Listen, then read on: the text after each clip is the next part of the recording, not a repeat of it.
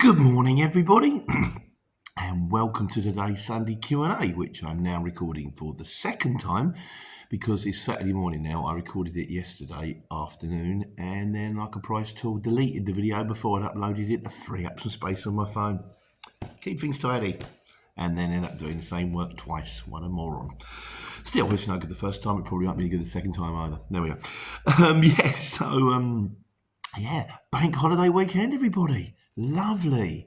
Gives you more time to do stuff, like record videos twice.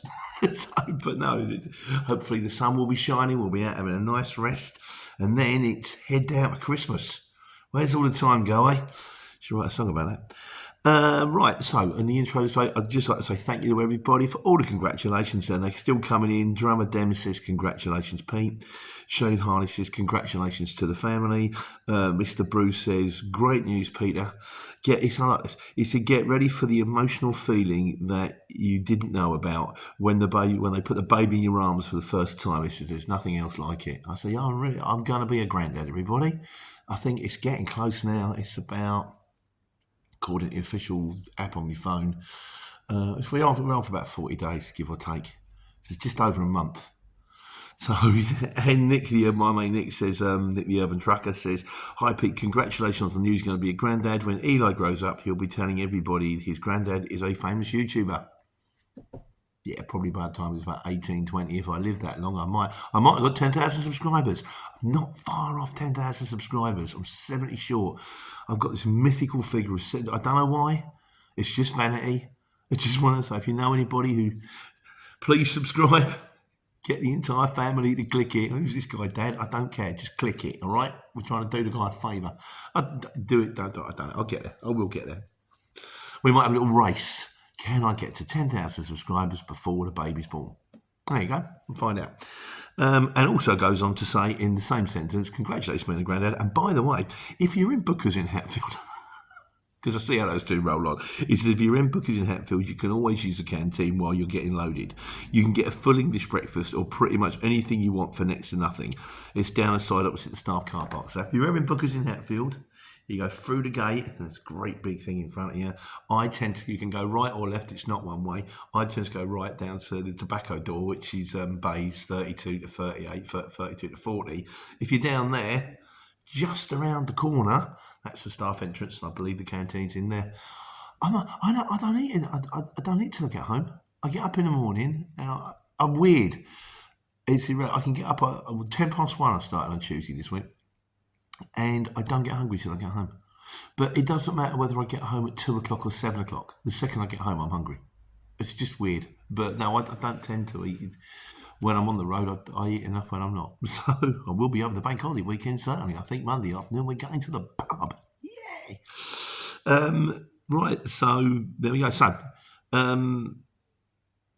on fuel cards at the moment. We're doing quite a bit on fuel cards at the moment. I've started doing the TWIFP videos, which will either fly or they won't. And they're only supposed to be short. And there's no adverts attached to them, I don't think. And the idea is kind of... if you just want a one-stop shop for what the fuel prices are this week and an indication that you're not getting stitched up by your company because you go, hang on a second, everybody else is getting 5p cheaper than me. It is literally like 1 minute, 2 minutes. The idea, and so if anyone's out there right now and they know their fuel prices for the coming week, if you can leave them in the comments, please, and then I'll have a nice little arrangement, and I can go, right, Monday, it's Monday, I've got done this week, and you guys got this week. And I think we might have a competition on the UK fuels to say who's paying the most and who's paying the least.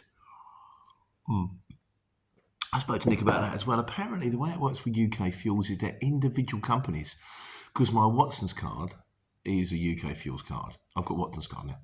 And I've also got one from Express Fuels, which is UK Fuels, and I've got one from which I thought was UK Fuels. It might be, presumably it's the actual company. And ironically enough, bearing in mind the fact it's their company, they're the ones that are always the dearest. So it must be to do with their pricing structure. But anyway,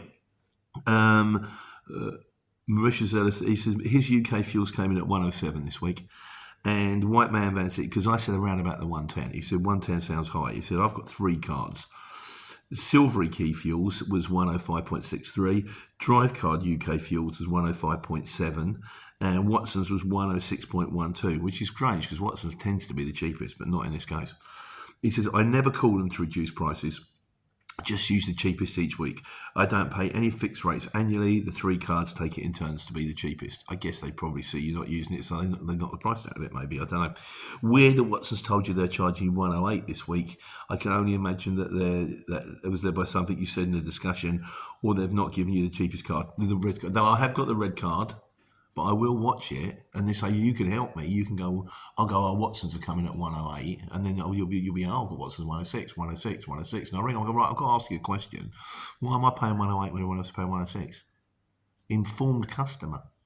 That's what it is. There was a thing when I was doing my bike test. The guy turned around and he said you've got to be careful, particularly when you get mechanics. He said you did because you went down a service sheet. He said, oh, you've done full service. Yeah. He said, you changed the spark plugs? The guy says, yeah. Well, all 4 of them. He said, yeah. He goes, that's interesting. It's only got 1. He said, the next time I took my bike, he said there was a thing on their computer, a little bit ticked to the box that said, I see, informed customer. Well, maybe don't take the bike back to that garage, eh? What's the Marshad says, is the price reduced on premium diesel as well with other cars? I think I replied to you, and I think I replied to you wrong, so I misread it. No, it's not. Premium, I think I just read it, is it on diesel? But no, premium diesel isn't. Normal diesel, yes. Premium diesel, you're going to pay the premium diesel price, so maybe it's worth that one. So that's fuel cards, and the new regular feature to the show, Twiff. Let's see how it goes. Which brings us on to this week's video, which was on flasks. My mate David Winter, Dave the taxi driver, says, dear, oh dear, oh dear, oh dear, oh dear. No. Dave is not into flasks. He's a cab driver. It's different when you're driving around London in a cab, where you can stop anywhere because you're in a cab. Bus lane, no problem. I'm in a cab. Park here, double red route, yeah, not park. But you certainly put up on a double red route. He said, yeah. You've got to drop someone off at the hospital, like, Royal London, Mile End Road, I think it is. Probably got my knowledge wrong there. Yeah, if you've got to drop it, you pull up, you drop them out. But you can't stay there for any period. The cameras will get you. But yeah, and of course there's many, and you know the routes, you know where the cabs, and you can go in and get the cab. For me, it's inconvenient.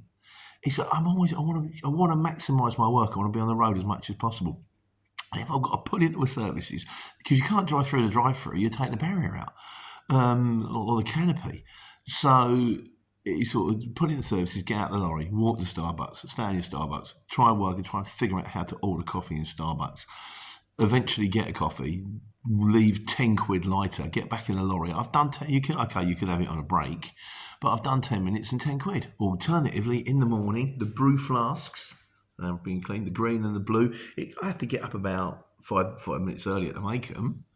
And it's 5 minutes extra I'd rather have in bed, but then I'm done. Brew 2 flasks, flask squash, super duper. Flasks are the way forward. Jackie says, I always have a flask in the winter, not so much in the summertime. See, the thing is, Jackie, the wonderful thing about flasks is they keep cold things cold as well as hot things hot. You can use them in the summertime. I think it's brilliant. They keep cold things cold, hot things hot, which is why right now in my flask I've got some tomato soup and a jog ice.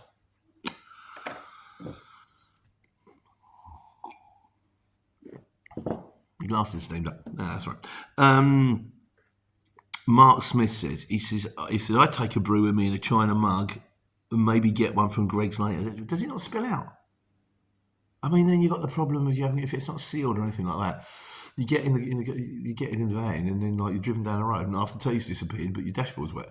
I presume, or you're drinking it while you're getting it, and we might as well drink it home. But if it works for you, mate, it works for you. Apparently, it tastes better in a china mug, which is why I kind of like them brew things, because they've got like a ceramic inside. They work well. And Solo Nick from Old London Creative, mate, says now doing the figures, the what do you call it, the wargaming stuff. He says if you take your own travel mug into a coffee shop, they will give you a discount on your drink for using your own cup. Well, money's money, isn't it? But if you handed over the Yeti, they wouldn't have filled up the normal amount because basically I probably would have got to send them bus. You've seen the size of them things; it's like a bucket. but you ain't going to get more coffee. That's fine. Didn't want more coffee. Don't want. I'll make my own coffee. I can fill it up as much as I like. And we've only got, that's it really. We've got one wise guy. So right, finally, kind of in conclusion, and the wise guys, Dale Steele says, he says, right, big whoop for Dale Steele. He says, guys, I'm having to hit the road again, purely to deliver engines. He said, but we also pick up cars, so we need a van that can tow. Value for money wise, I'm looking at the Renault Master. Any suggestions? Needs to be able to tow at least 2,500 kilos. Well, firstly, Dale back on the road. If you see me, give me a toot. I've got an air horn. Mark fit the air horn. It's great. It's ready now. Yeah, so I personally have always been a Sprinter fan. I used to put a lot of truck with VWs, but I don't think they're as good as they used to be. I think Transits are workhorses. They're no frills, but they're kind of like the van equivalent of a DAF truck, and I do love me DAFs. And recently, we had a Renault OH.